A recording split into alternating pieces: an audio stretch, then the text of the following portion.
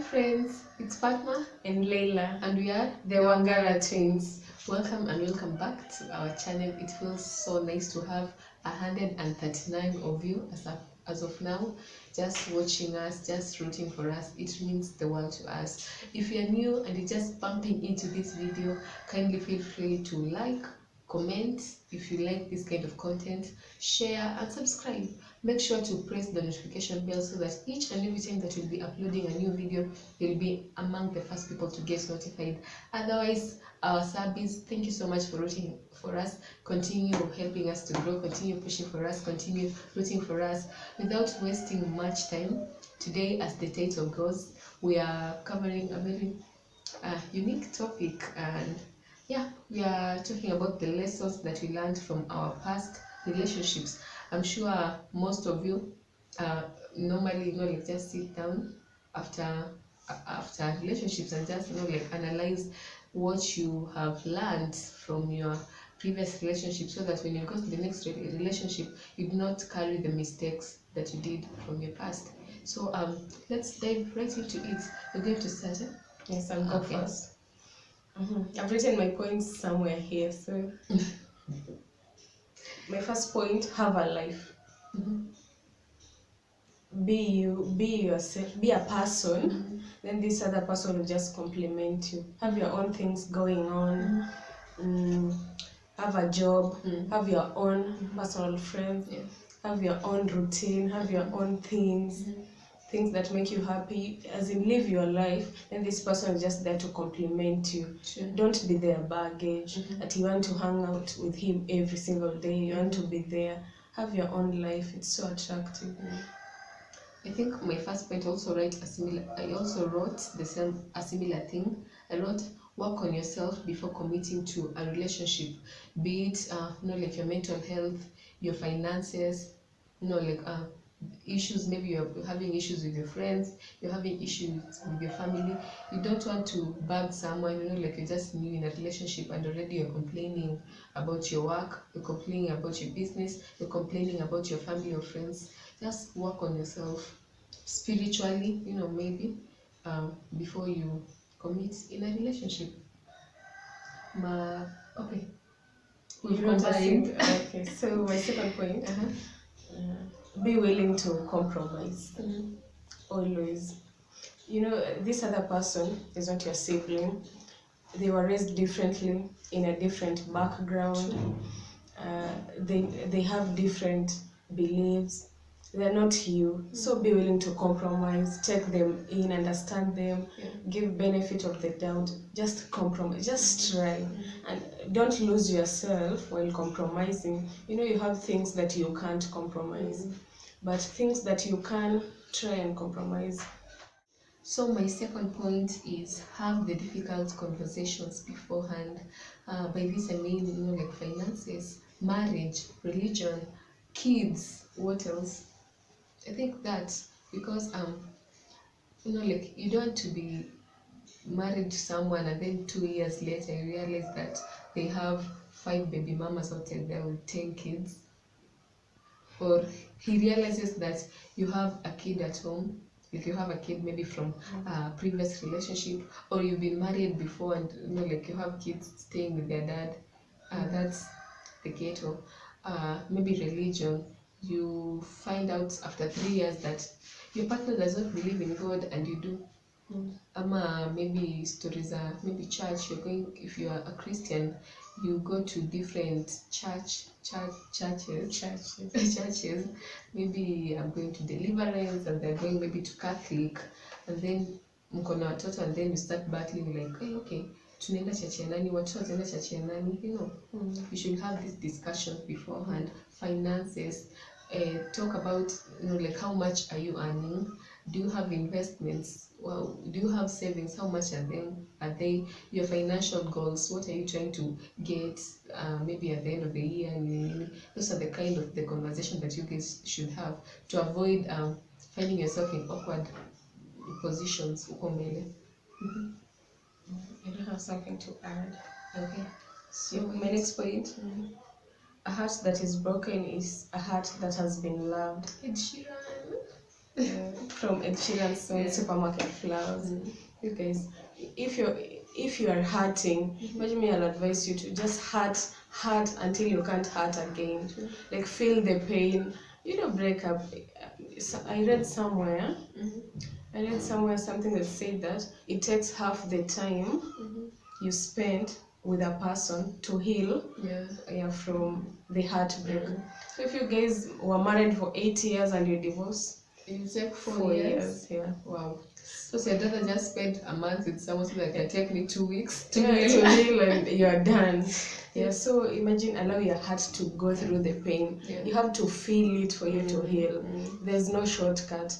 You have to hurt until you get through it. And if you're feeling the pain, it means you were loved or you loved. So just go through it until you're okay. It's normal. Everyone does go through that. You can't avoid. So my third point would be yourself. Be comfortable being exactly who you are in the presence of your partner. For instance, unapenda kula leftover ugali, kwetu tunaita mkaka soup. You like eating mkaka soup in the morning for breakfast. Now that you're with this person, unataka kwanza kujifanya ni mtu wa bacon, sijui mayai, ilhali unakufa njaa. Just go and eat. Acha ajue. Akikupenda hivyo sawa. You go to the hotel na sisi walio tunapenda kula bones za kuku. All of a sudden umeacha. Eat mbele yake. If he's going to support you, sawa, he's the person. But if you realize that you are kind of uncomfortable in the presence of your partner, like you can't do the things that you used to do, you are camouflaging, it's a major red flag. So you have to be very, very comfortable. You like dressing in a certain way. Alafu anakuquestion, it's not that person. You're not dressing for him, you're dressing for yourself. So like you have to carry yourself in ways that you just used to carry yourself before meeting this partner. You have to be 101% comfortable in your partner's presence, because if it's not in their presence, then who's else? Some of you guys can't fart in front of you. I know, but I'm that person. You're that person. As in you have to lakini kidogo hapo tabia. Okay, those of you who like farting, just fart in the process of the thing is liking, it's natural. Okay, kama ni accident, si ati umeiona inatokea huko, the excuse kama tu ni ile ime happen, sawa. But you have to be comfortable. So the next point, every relationship is different. Don't compare your first relationship with your second. Don't compare your relationship with your friends' relationships. Everything is different. They have different dynamics, different setups, different people meeting. Every relationship is different. Treat it differently. Like you can. There's this analogy. Our dad told us a story about this guy who used to drop the wife at work, and every time he drops the wife, he used to open the door for her. So a colleague to the wife used to be really jealous because the guy used to drop her, but so one thing she didn't know is that the door to this other couple's car was broken. So this guy used to always have to open it. You have to open it from outside. So when you're seeing it, you're like, hey, this guy is so romantic. My guy can't but you don't know the real problems. Maybe deep down he's complaining like, for how long am I going to do this? We need to fix it. Like maybe by the comparison with the thief of joy, like maybe she has a partner and then her partner takes her on vacations monthly, and you are there complaining, mbona sisi we are not like them, why don't you like normally take me for vacations, why don't you normally go out? Maybe your partner is planning for a major like maybe going even internationally, and he's planning for a major and it's expensive, so he's just planned for it maybe towards the end of the year, and they're complaining. Dynamics may be different, finances maybe the issue may be different, time, maybe work schedules, so don't compare yourself. My second last point would be life doesn't revolve around you. So for instance, you guys, it's maybe on a Friday evening, you feel like going out. Now you ask your partner, kama mnaweza enda out, he refused. Yes, someone akwambia hey, you just go ahead uende peke yako, I don't feel like doing that, and be there making assumptions that oh nowadays you don't like going out with me. Is it because maybe I'm chubby? Is it because I've lost weight? Do I look bad? Are you seeing someone else? Are you losing interest? He might just be exhausted from work. Maybe he's had a very hectic day. Maybe he's stressed. Maybe he has deadlines to meet. And when I'm stressed and you're there making assumptions. Maybe your chick, unamwambia maybe you're very heavy. She doesn't feel like doing that. You're like, hey, okay. So nowadays, kuna mtu mwenye unatry kuimpress ama nowadays, you know, life doesn't revolve around you. Hey, give them a break. Ngojea kesho ama 2 days later. The other day, what was up? Mbona hauko unataka maybe kwenda out? Mbona huko unataka kufanya such and such a thing? And they'll just be composed. Na watakwambia what they were going through. You'll realize that the issue is not you, maybe you. They're just going through their stuff. They were fighting their battles. So yeah, life doesn't always revolve around you. My last point. Have a tradition. A relationship tradition, routine, things you guys look up to, things you guys make memories from, things you enjoy doing together, like movies, like let's say pedicures, just something, spa, massage, something. Always have something that you guys enjoy doing together, that you get, because it can be boring. It can get boring, to be honest. Imagine spending 10 years with someone every day. Good morning, good night, waking up to that, going to sleep to that face, waking up to that face. Then you wake up, say at love faded. I don't believe in that thing. It's so hard if like you are very intentional. You know, like a business. I mean, I take relationships like business. You have to like put an input for you to get something out of it. You can't be spending time building your business, but you're not building your relationship. Then you want it to like blossom. It can't. You know, like a business, you have to keep on, you know, like strategizing, re-strategizing, rebranding each and every time, because in the market kuna kungana trends keep on changing. So venye business ilikuwa 2020, si venye iko 2022.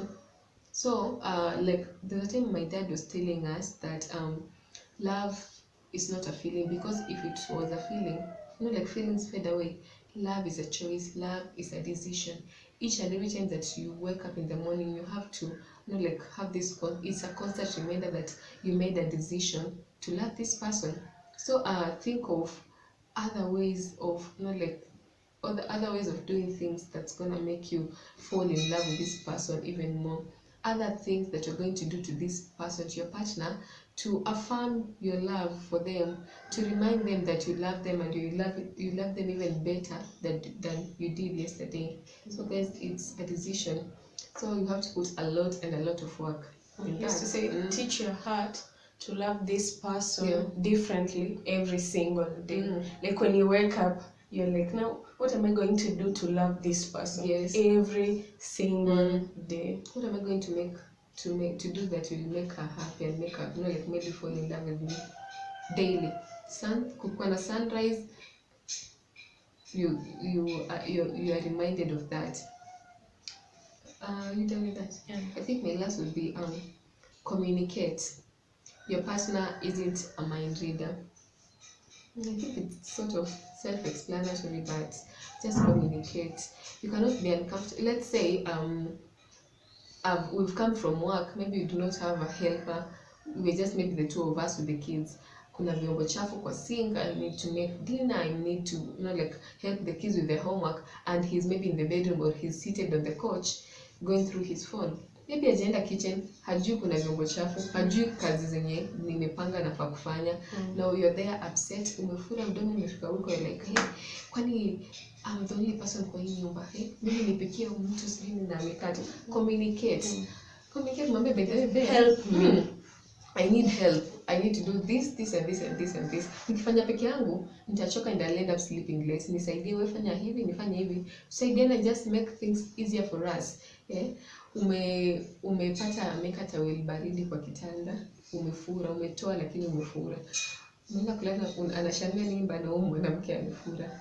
Communicate, mwambie bethe nilipata towel baridi kwa kitanda. Next time you either put kama unaekanga you use your towel once, either put it on your laundry basket ama ianike pale kwa bathroom ikauke ama kwa balcony ikauke. Communicate, is that simple. Charlie, umepark gari, wewe upark gari yako in a certain way ama each and every time una refill maybe maji kwa gari. This one time your chick has used your car and she has not done that. Amepark sijui aje ama macha gari chafu, umefura. The next day atafanya hivyo, utakasirika tu. Just communicate, mwambie bethe may like things done this way. Next time when you're using the car, make sure you've done this and this. It's that simple now. Tutafika mbali. So I think that's all from us today. Yeah, we've come to the end of the video.